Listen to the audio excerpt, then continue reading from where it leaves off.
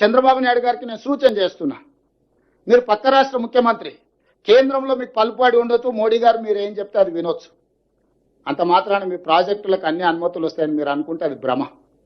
అట్లాంటి వాటికి అవకాశం లేదు. తెలంగాణ రాష్ట్ర ప్రజలకు ప్రయోజనాలు కాపాడుకోవడానికి అవసరమైన ప్రణాళిక వ్యూహరచన స్పష్టంగా ఉన్నది.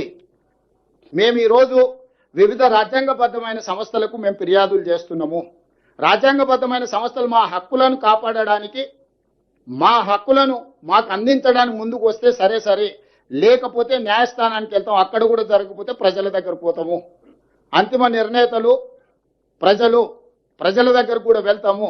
చెప్పాను, మీరు కట్టుకుంటున్నారు, ఇట్స్ ఓకే. ఎప్పుడు కూడా నేను అబ్జెక్ట్ చేయలేదు. పై నుండి వాటర్ వాడుకుంటే నష్టమా, కింద నుండి వాటర్ వాడుకుంటే నష్టమా అండి?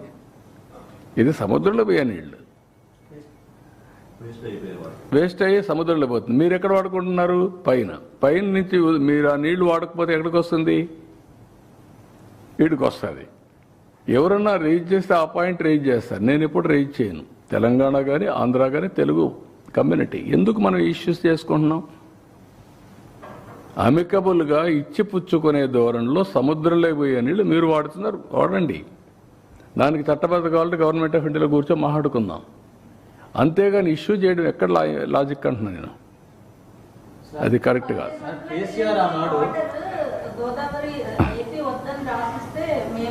అదేమ్మా, ఎవరికెవరు రాసిస్తారు? కరెక్ట్ కాదు. ఆర్గ్యుమెంట్ ఏదైనా చేయొచ్చు.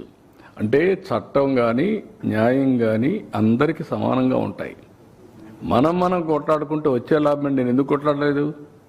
తెలంగాణ పైన ఎప్పుడైనా గొడవ పడ్డానా? వై?